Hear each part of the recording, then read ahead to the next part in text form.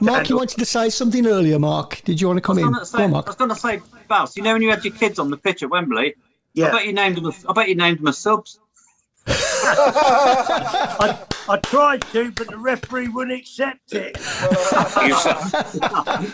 I bet you signed. How many players from Birmingham City did you actually sign? I'll tell you a story. I actually had 46 players on the books. And I'll tell you a story. Karen went on holiday and she come back 3 days early. Otherwise, I'd have made it to 50. But let me tell you about them 46 players, because it's a bit of a myth. At that time, we had a decent youth team. That I always take notice of the youths. We had a first team and we had a reserve team that played in the Central League up, you know, Everton, Liverpool, Man United, all them sides. And then we had a youth team.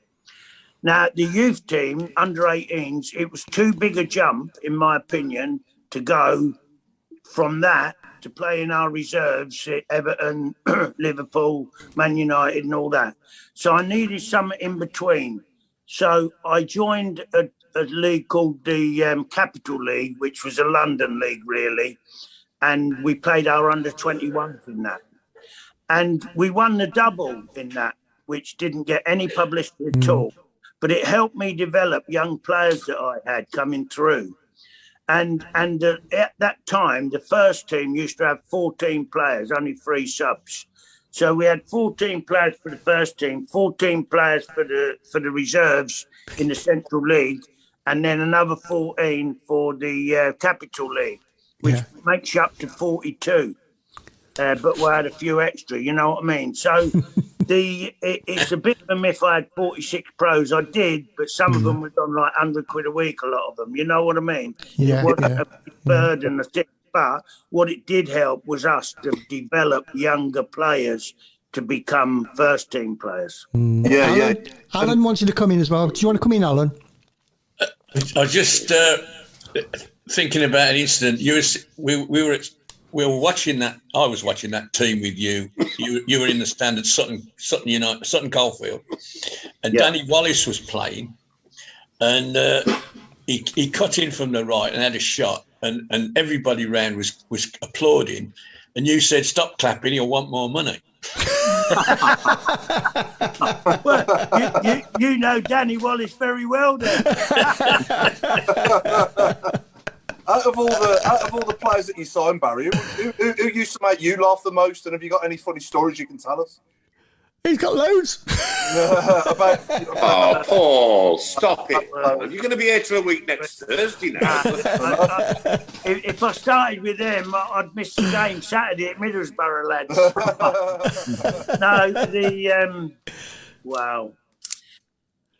A lot of people have asked me who was the best player I felt that I had, and you know, Dominguez, Dacey, Claridge, Hunt, the millions of them really. But the best player for me that done the most was Mark Ward. Mark Ward, yeah. I got it for nothing, but to get him the money he wanted, I had to tell Karen that I was going to make him a player coach.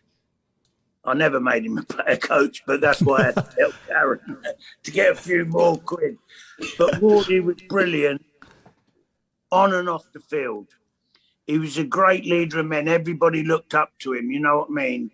And he ran the place for me on the field and off the field. And he contributed, in my opinion, the most, because he got hold of that midfield and pinged it about to players and all that, and scored his fair share of goals and what have you.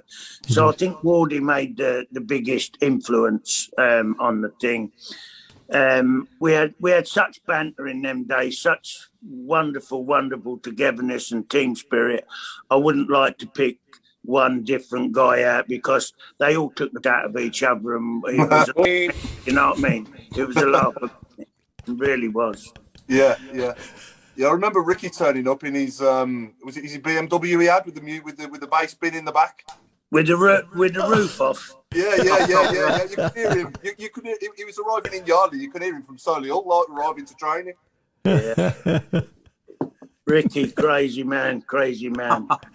He's still crazy. Some proper good characters, though, weren't they? Yeah. They was all different, but the beauty of it is they all moulded into one. You know what I mean? They all complemented one another, so to speak. And it was the best 2.5 years of my life, no doubt.